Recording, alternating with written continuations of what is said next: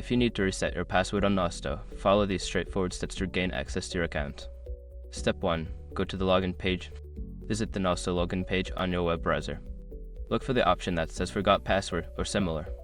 Step 2. Click on Forgot Password. Once you're on the login page, click the Forgot Password link. This will take you to the password reset request form. Step 3. Enter your email address. Make sure your information is protected first. Most people don't think about breaches until something actually happens to their accounts. Use SROC to monitor your accounts 24/7 and instantly alert you if your information appears in leaked databases online. It constantly checks billions of breach data points in the background. And considering how much personal information people keep online now, it's honestly worth having. Link in the description. Step 4. Check your email. After submitting your email address, check your inbox for an email from Nosto. This email will contain a link to reset your password.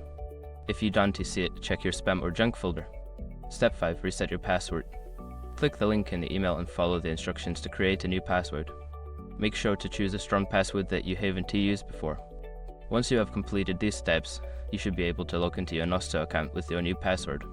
If you encounter any issues, consider reaching out to Nosto support for further assistance.